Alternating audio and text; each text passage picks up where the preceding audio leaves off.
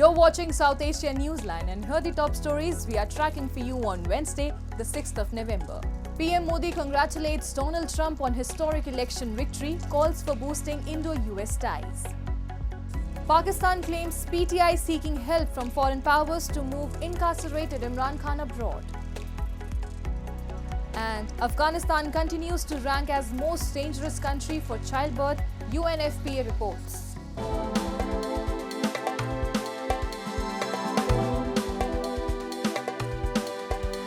And now for all the details. Donald Trump is set to become the next president of the United States as he defeated Democrat Kamala Harris in a close contest. With this win, Trump has become the second US president to win a non-consecutive White House election. From Indian Prime Minister Narendra Modi to French President Emmanuel Macron, Republican candidate Donald Trump is receiving best wishes from leaders around the world, even as the official results are yet to be announced. Former US President Trump was cruising towards winning the White House race as one of the greatest political comebacks in American history. According to projections, Trump was all set to receive 270 electoral college votes, blocking Democratic candidate Kamala Harris' chance to win the polls. India is closely monitoring the likely impact of his presidency, particularly concerning trade relations. Recently, Trump, in his remarks this October, had slammed India's tariff policies, alleging that the country imposes some of the highest tariffs on foreign products among major nations. He vowed to introduce a tit-for-tat tax if he re-elected, which would impose similar tariffs on countries that he claims charge excessively high fees on American goods.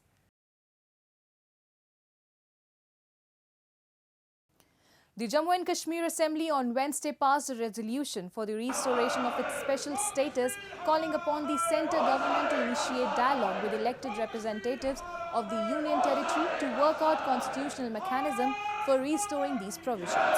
The resolution said that the Assembly reaffirms the importance of the special status and constitutional guarantees which safeguarded the identity, culture and rights of the people of Jammu and Kashmir and expresses concern over their unilateral removal. It further added that any process for restoration must safeguard both national unity and the legitimate aspirations of the people of Jammu and Kashmir. This led to a ruckus in the House with BJP legislators opposing the resolution and all other members cutting across party lines, barring the Congress and supporting it. As the BJP members did not allow a discussion on the resolution, Speaker Abdul Rahim rather warned that he would put the resolution to vote. The BJP continued to protest and both sides raised slogans in favour and against the resolution.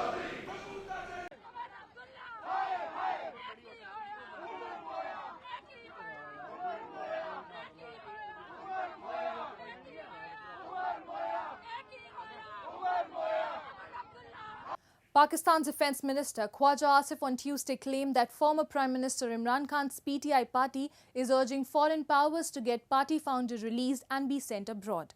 Speaking during an interview, the minister also claimed that countries abroad are also ready to welcome the PTI founder, who remains incarcerated in Rawalpindi's Adaila jail since August 2023. When asked if the countries are from Europe or whether it's the United States, Asif dodged a response mentioning that he is weak in geography. The PTI founder has been behind bars for more than a year after his conviction in the Toshak Khana criminal case and subsequent sentencing in other cases ahead of the February 8 elections, allegations that he has continued to deny. The minister's remark come over a week after as many as 20 British parliamentarians from cross-party have urged Member of Parliament and United Kingdom's Foreign Secretary David Lammy to call for the former Prime Minister's release from Adaila, asking the government to engage with Islamabad on the matter. On the other hand, more than 60 members of the US House of Representatives also wrote a letter to US President Joe Biden calling on him to use Washington's leverage with the Pakistani government for the release of the incarcerated founder. Pakistani officials said on Tuesday they are aware of the Maldives government had recalled its ambassador to Pakistan after he met with the Afghan Taliban government's top diplomat in Islamabad without clearing it with his government. The Maldives does not recognize the Taliban government, which seized power in August 2021 as the United States and NATO forces withdrew from the country. The Taliban has been widely isolated for human rights violations since the takeover, including bans on Afghan girls and women.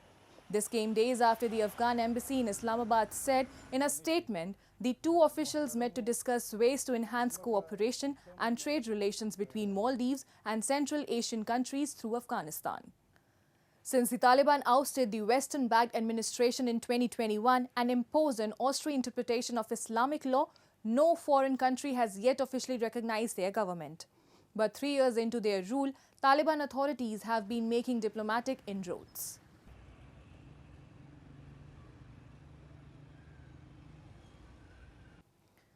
The United Nations Population Fund has identified Afghanistan as one of the most challenging countries for mothers, noting that every 2 hours a mother dies due to preventable pregnancy and childbirth complications.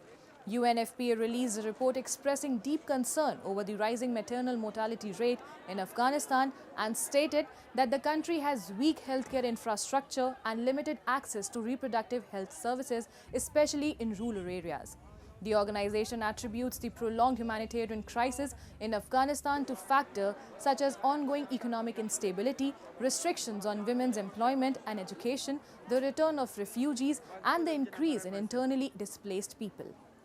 The restrictions on women's rights, including the barring of education and employment, exacerbate the health crisis as women lack the resources, knowledge, and support to access essential healthcare services, especially during pregnancy and childbirth. The denial of education and employment opportunities for women and girls in Afghanistan is not only a violation of human rights, but also deepens the humanitarian crisis, limiting the country's potential for future stability and development.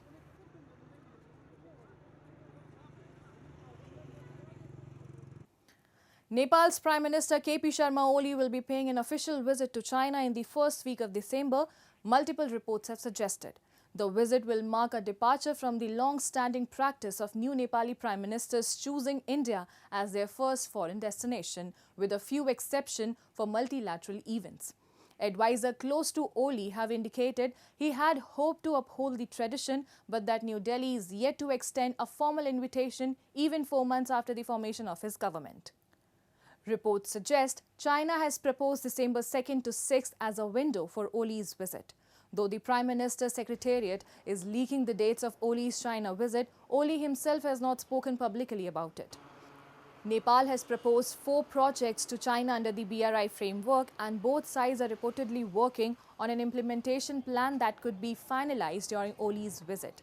Within Nepal's ruling coalition, there are differences on the BRI. Foreign Minister Arzu Rana Deuba of the Nepali Congress initially sought more public debate on the initiative, but has since softened her stance, now acknowledging the BRI as an established aspect of Nepal-China cooperation. That's all in tonight's edition. We will see you same time tomorrow.